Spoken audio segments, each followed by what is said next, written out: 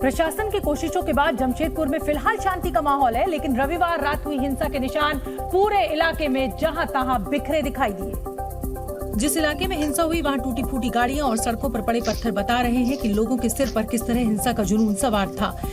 ये शास्त्री नगर का जो ये ब्लॉक है, इसी में जो लोग थे अपना इस भीड़ का फायदा उठाकर किस तरह पूरे क्षेत्र में देख सकते हैं कि पथराव किया गया था। कई घरों के शीशे भी तोड़ दिए गए हैं और गाड़ियों को पूरी तरह से नुकसान पहुंचाया गया है। फिलहाल पुलिस और सुरक्षा बलों के जवान लगातार इलाके में गश्त कर रहे हैं। हर चौक चौराहे और नाकों पर सख्ती बढ़ा दी गई है ताकि अमन चैन बिगाड़ने की कोई साजिश कामयाब न हो। देखिए कि रैफ के जवान अभी भी लगातार है फ्लैग मार्च कर रहे हैं और लोगों से घर से बिना काम के बाहर नहीं निकलने दिया जा रहा है। साथ ही साथ जो 4 से 5 की संख्या में लोग एकजुट होकर खड़े रह रहे हैं, उनका डांट डपट कर उनको हटाया जा रहा है वहां से। हरियाणा में सोनीपत के सांदल कला गांव में देर रात एक धार्मिक स्थल में घुसकर कुछ लोगों ने तोड़फोड़ की और वहां मौजूद लोगों पर हमला किया। इस बीच कुछ हमलावरों का वीडियो भी सामने आया है, जिसमें वो हाथों में लाठी और डंडे लेकर गांव की गलियों में घूमते नजर आ रहे थे। ये वीडियो स्थानीय लोगों ने ही बनाया, जिसमें हमलावर बेखौफ अंदाज में नजर आ रहे थे। आरोप है कि युवकों ने लाठी डंडों से हमला किया। शोर सुनकर जब ग्रामीण मौके पर पहुंचे तो हमलावर धमकी देकर भाग खड़े हुए। हमले में धर्मस्थल को नुकसान पहुंचा। आरोप है कि कुछ युवक आए और यहाँ पर जो है वो तोड़फोड़ जो है वो की गई। स्थानीय लोगों का दावा है कि हमला करने वाले युवक गांव के ही थे, जिन्होंने अंदर आते ही लाठी डंडों से हमला बोलना शुरू कर दिया। उन्हें सीधा अटैक कराया। कौन थे? गांव के थे बच्चे। दारू वारू पी कर अच्छा, फिर और सारा सिस्टम कर दिया, तोड़ फोड़ कर दी। धर्मस्थल पर हुए हमले में कई लोग घायल हुए, जिनमें से कुछ को सोनीपत में भर्ती कराया गया। धर्मस्थल पर हमले की खबर मिलने के बाद सोनीपत के इंडस्ट्रियल एरिया थाने की पुलिस फौरन मौके पर पहुंची और हालात पर काबू पाया। फिलहाल पूरे गांव में सुरक्षा व्यवस्था को चाक चौकस कर दिया गया है और 10 लोगों के खिलाफ नामजद केस दर्ज किया गया है। गांव के दौरे पर पहुंचे सोनीपत के पुलिस कमिश्नर ने साफ किया कि किसी को माहौल खराब करने की इजाजत नहीं दी जाएगी और पुलिस ऐसे तत्वों से कड़ाई से निपटेगी।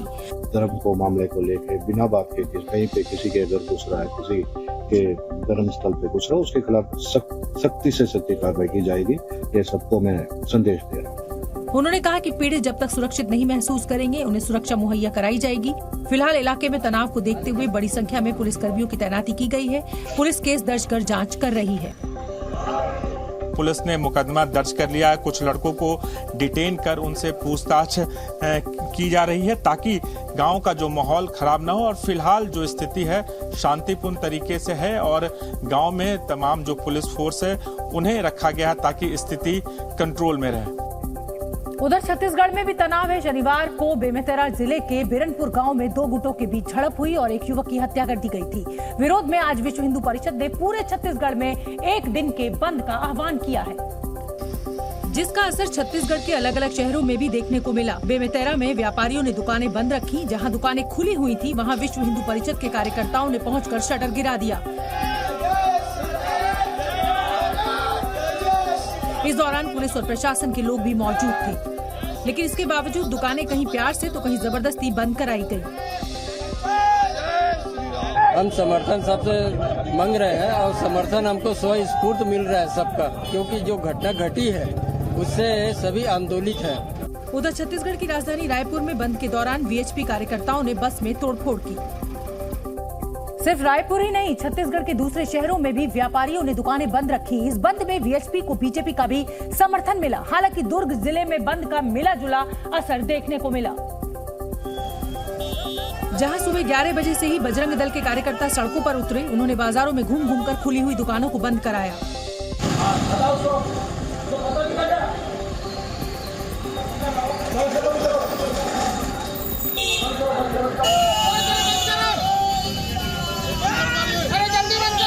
कुछ लोगों को जानकारी नहीं होने की वजह से कुछ लोग दुकान खोल के रखे हैं, उनको हमने जाकर के समझाइश दी और दुकान को बंद करवाया। इसी तरह बिलासपुर में भी बंद का मिला जुला असर देखने को मिला। वीएचपी और बजरंग दल के कार्यकर्ताओं ने शहर में बाइक रैली भी निकाली।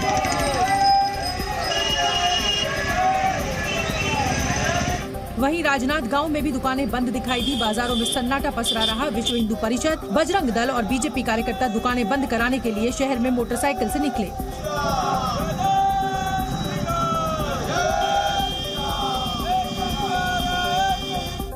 दरअसल ये पूरा मामला दो स्कूली बच्चों की लड़ाई से शुरू हुआ, जो बढ़कर सांप्रदायिक हिंसा में बदल गया।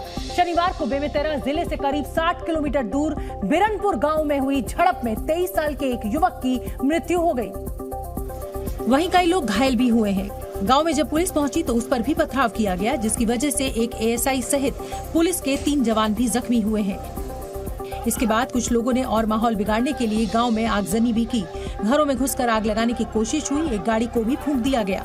कुछ और लड़के जो है यहाँ पे पैरा में आग लगा दिए और लाठी डंडे से हमला करने की कोशिश की है। जब उनको गाड़ी में भी आग लगाया है और 2-3 बार इनको रोकने के बावजूद अलग अलग रास्तों से जाकर दूसरे पक्ष के घर पे हमला करने की प्रयास किए हैं। बिरनपुर गांव को छावनी में तब्दील कर दिया गया है। 5 जिलों में 800 जवानों की तैनाती की गई है। गांव से 10 किलोमीटर पहले ही पुलिस ने बैरिकेडिंग भी कर दी है। सुबह बच्चों के आपस में विवाद और साइकिल में गिरने के से शुरुआत हुई थी और उसको लेकर गांव में 2 पक्ष में विवाद हुआ था और चौराहे पे ये हल बैठे थे कि इसको हल किया जाए और क्यों विवाद हुआ, क्या हुआ करके बच्चों से शुरुआत हुई और बड़े तक पहुंची। बेमेतरा में फिलहाल हालात सामान्य हैं। हिंसा में शामिल 11 लोगों की पहचान की गई, जिनमें से 9 को शनिवार को ही हिरासत में ले लिया गया था। आज बेमेतरा के बिरनपुर गांव में तनाव उस वक्त बढ़ गया जब छत्तीसगढ़ बीजेपी के अध्यक्ष अरुण साव मृतक युवक के परिवार से मुलाकात करने पहुंच गए। इस दौरान बीजेपी कार्यकर्ताओं का भारी हुजूम उमड़ पड़ा और उनकी पुलिस से हल्की फुल्की झड़प भी हुई। पुलिस ने बीजेपी नेताओं को रोकने की कोशिश की। इस बीच अरुण साव की कार भीड़ से होकर धीरे धीरे आगे बढ़ती रही। अरुण साव ने मृतक के परिजनों से मुलाकात की और घटना की पूरी जानकारी ली। एक 22 वर्षीय युवा की जिसकी निर्मम हत्या हुई है, उसकी लाश जल रही है। दूसरी तरफ प्रदेश के मुख्यमंत्री इफ्तार दावत उड़ा रहे हैं। केंद्रीय मंत्री नितिन गडकरी ने जोजिला टनल के निर्माण के काम का निरीक्षण किया है। केंद्रीय मंत्री नितिन गडकरी ने जम्मू कश्मीर के सोनमर्ग में बन रहे जोजिला टनल के निर्माण के काम का निरीक्षण किया है। गडकरी ने बताया कि अब तक 38% काम पूरा हो चुका है। मनी लॉन्ड्रिंग केस में माफिया मुख्तार अंसारी की लखनऊ की सीबीआई स्पेशल कोर्ट में पेशी हुई है। इस दौरान भारी पुलिस बल भी तैनात था। अब अगली सुनवाई 19 अप्रैल को होगी। यूपी के बाराबंकी में गैंगस्टर मेहंदी की 9 करोड़ 12 लाख की संपत्ति कुर्क की गई है। गैंगस्टर पर लोगों को धमकाने, जानलेवा हमला और सरकारी कामों में दखल का आरोप है। बिहार के नालंदा जिले में हिंसा के 10 दिन बीत जाने के बाद अब जिला प्रशासन ने स्कूल और कॉलेज दोबारा खोलने के निर्देश दिए हैं। शाम 5 बजे तक इलाके की दुकानें भी खुल सकती हैं। आकांक्षा दुबे केस की जांच कर रहे पुलिस अधिकारी का तबादला हो गया है। इससे पहले आकांक्षा की मां ने पुलिस की जांच पर सवाल उठाए थे। 2 दिन के अरुणाचल प्रदेश के दौरे पर गए गृह मंत्री अमित शाह ने चीन की सीमा से लगे किबिथु गांव से वाइब्रेंट विलेज प्रोग्राम की शुरुआत की। इस दौरान गृह मंत्री अमित शाह ने चीन को भी कड़े शब्दों में चेतावनी दी और अमित शाह ने कहा कि अब भारत की जमीन पर कोई भी कहीं भी कब्जा नहीं कर सकता। चीन को चेतावनी देते हुए अमित शाह ने कहा कि यहाँ भारत के बहादुर जवान तैनात हैं, जिनके रहते कोई भी अब सुई की नोक के बराबर भी अतिक्रमण नहीं कर सकता। और आज हम गर्व के साथ कहते हैं, वो जमाने चले गए जब भारत की भूमि का कोई अतिक्रमण कर सकता था। आज सुई की नोक जितनी भूमि का भी अतिक्रमण कोई नहीं कर सकता, क्योंकि आईटीबीपी और भारतीय सेना यहाँ पर उपस्थित है। अमित शाह ने सीमा के पास बसे सभी गांव के लोगों को इस बात का भरोसा भी दिया कि भारत सरकार की सभी योजनाएं यहाँ लागू होंगी, सभी को सुविधा मिलेगी और सभी गांवों की सुरक्षा की जाएगी। हर गांव में बसे हुए, हमारे वाइब्रेंट विलेज में बसे हुए हर व्यक्ति की सुविधाओं की चिंता भारत सरकार करेगी। अमित शाह ने इस दौरान वाइब्रेंट विलेज कार्यक्रम के बारे में भी वहां मौजूद लोगों को बताया। Zee News.